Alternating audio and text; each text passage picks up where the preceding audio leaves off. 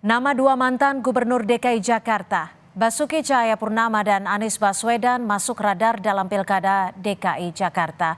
Kita bahas bersama Gilbert Simanjuntak, Komisi B DPRD DKI Fraksi PD Perjuangan, dan Burhanuddin Muhtadi, Direktur Eksekutif Indikator Politik Indonesia. Selamat sore Mas Burhan. Pak Gilbert, terima kasih sudah bergabung bersama kami di Kompas Petang. Ya, selamat sore. Sore Pak Gilbert. Sore Pak Burhan.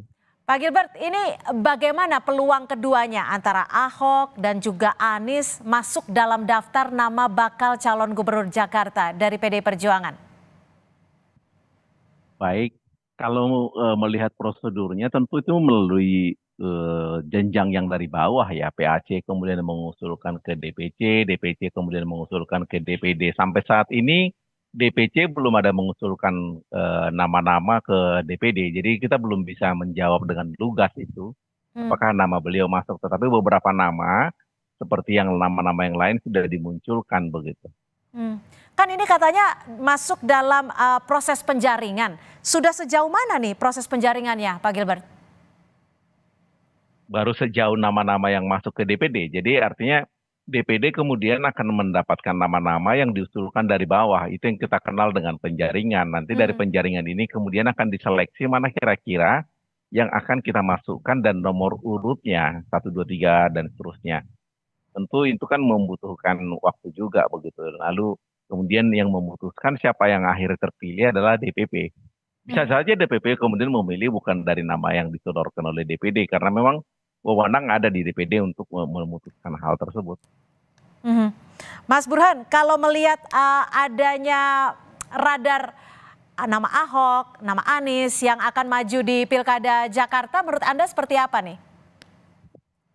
Ya, menurut saya ini menunjukkan sekali lagi betapa cairnya konstelasi elektoral jelang 2024 di DKI Jakarta. Dan kalau misalnya ide menggabungkan dua nama besar yang pernah bersilang posisi di Pilkada 2017 berarti menarik nih. Jadi ada upaya untuk kalau misalnya jadi ya keduanya berpasangan, terlepas siapa yang jadi capres siapa yang jadi cawapres, Gubernur tapi lepas dari atau wakil gubernur, gubernur atau wakil gubernur, terlepas daripada itu ya, itu berarti ada nuansa untuk ya di 2024 di DKI Jakarta semacam pertama adalah upaya untuk mengulang kembali nuansa pilpres di tingkat pilkada. Karena dari sisi posisi politik, Anies dan Pak Ahok itu posisinya sama dalam pengertian cenderung berada di luar status quo. Jadi ada kesan kalau dua nama ini bisa bergandengan, keduanya bersatu melupakan masa lalu untuk menantang status quo. Jadi calon gubernur yang diusung oleh status quo. Karena Pak Ahok kita tahu dari PD Perjuangan, Mas Anies capres dari 01, kalau keduanya bersatu, berarti menunggu siapa calon gubernur yang diusung oleh mereka yang sekarang berada di dalam kekuasaan. Kita belum bicara soal siapa nanti gubernurnya atau siapa nanti wakil gubernurnya, tapi kita tahu bahwa nama keduanya ini muncul nih, sama-sama mantan gubernur Jakarta. Pak Gilbert, kalau PDIP sendiri melihat kinerja baik itu dari Pak Ahok ataupun Pak Anies itu seperti apa sih? Layak tidak untuk maju lagi di Pilkada Jakarta? Saya tentu punya catatan tersendiri mengenai mereka ya.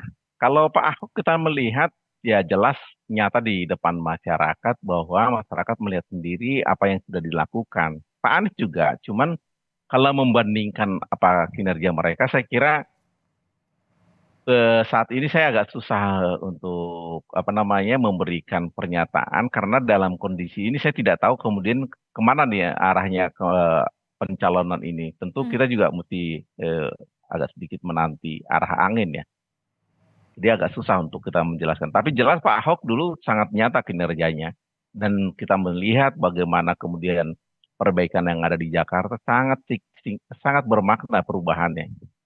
Dan masyarakat merasakan sendiri kinerjanya 70% dan ya mungkin masalah yang kemudian menghadang ya itu membuat kemudian tidak terpilih. Tetapi tingkat kepuasan dan kemudian masyarakat begitu menyukai beliau dalam hal kinerja. Saya kira kita mesti akui lah.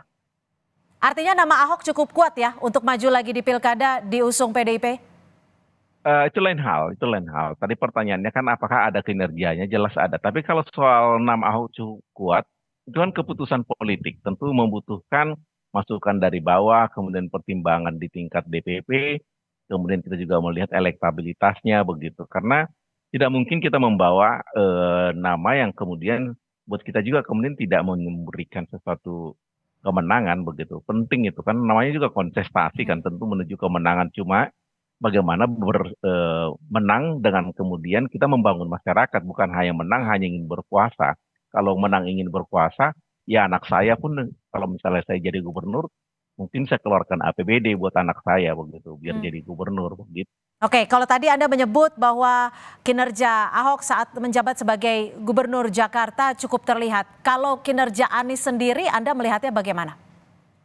Saya punya catatan tersendiri lagi mengenai beliau ini. Cuma Silakan. dalam hal sekarang ini, saya tidak bisa terlalu terbuka untuk mengatakan itu. Karena dalam posisi ini kan ini bisa berubah suatu saat.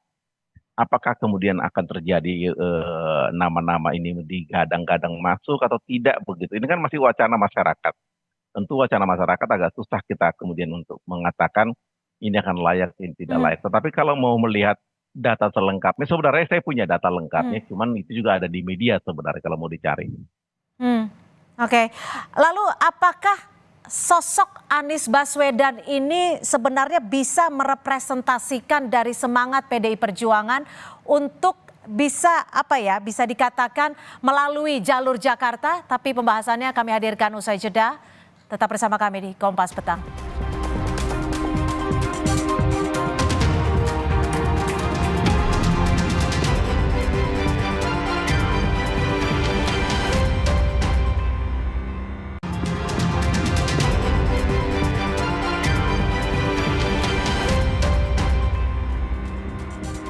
Terima kasih Anda masih bersama kami di Kompas Petang. Saya langsung ke Pak Gilbert. Pak Gilbert, kalau dari PDI Perjuangan sendiri, sosok Anies ini bisa merepresentasikan semangat politik dari PDIP tidak sih? Karena kan kita tahu sebelum-sebelumnya ini Anies banyak begitu mengkritik pemerintahan. Tentu kita harus objektif melihatnya ya. Satu, Pak Anies tidak pernah bekerja ataupun juga bergerak melalui PDI Perjuangan. Tidak pernah menjadi kader, tidak pernah berkeringat begitu. Dan yang saya tahu beliau pernah melamar dulu melalui Demokrat waktu konvensi presiden, kemudian kemarin masuk. Tapi kalau semangatnya Nasdem. sendiri bisa merepresentasikan PDI Perjuangan tidak? Semangatnya beliau yang mana yang dimaksudkan ini, Mbak? Semangat perubahan, semangat mengkritik untuk pemerintah. PDI Perjuangan tidak di dalam semangat perubahan mengkritik begitu, kita tidak. Semangat kita adalah semangat kebangsaan, semangat nasionalisme yang tinggi, semangat kesatuan, ideologi Pancasila. Selama ada di dalam koridor itu, kita bisa menyatakan itu semangat PDI Perjuangan. Tetapi kalau tidak ada di dalam semangat kebersamaan, tidak melihat kebersamaan dalam arti sebuah nation sebagai bangsa, itu tidak dalam posisi semangatnya PDI Perjuangan begitu. PDI Perjuangan tidak pernah melihat kemenangan menjadi sebuah target, tetapi kemudian membuat perbaikan di masyarakat karena memang negara ini dibangun untuk kepentingan masyarakat banyak begitu. Jadi masalah menang tidaknya itu memang kita akui bahwa itu sebuah target, tetapi kemudian tidak menang juga bukan berarti kita kemudian menjadi tidak ada, tetap eksis kok dari dulu. Jadi semangat itu yang mungkin kita punya begitu. Bahwa kemudian waktu Bu Mega kalah, Bu Mega juga tidak melamar menjadi gubernur begitu kan. Jadi ini semangat yang kemudian kita punya. Oke, kalau dari akar rumput sendiri bagaimana melihat nama Anies dan Ahok ini, Pak Gilbert? Kalau dari akar rumput yang muncul nama-nama baru nama-nama Bu Risma, Bu Sri Mulyani, Pak Andika, Pak Basuki Hadimulyono, Pak Adi Wijaya, Ketua DPD. Nama-nama itu yang muncul. Jadi kalau dikatakan akar rumput itu mempunyai permintaan begitu, ya itu yang kita sampaikan begitu. Sampai sejauh ini ya itu yang masuk. Tetapi kemudian apakah ini yang kemudian akan disodorkan oleh DPD? DPD masih akan melakukan seleksi yang kita sebut tahap penyaringan ya dari sesudah tahap penjaringan ini. Jadi kita betul-betul menyerahkan semua ini dari bawah dulu. Tentu DPD juga memiliki pertimbangan juga begitu. Selain berasal dari akar rumput, DPD juga melihat calon yang tidak dilirik oleh anggota-anggota atau akar rumput kita begitu kan. Akar rumput melihat tentu dengan kacamatanya, tentu bisa beda kacamata yang mereka lihat dengan kacamata yang dimiliki oleh DPD begitu. Oke, Mas Burhan, kalau menduetkan antara keduanya ini mungkin tidak sih?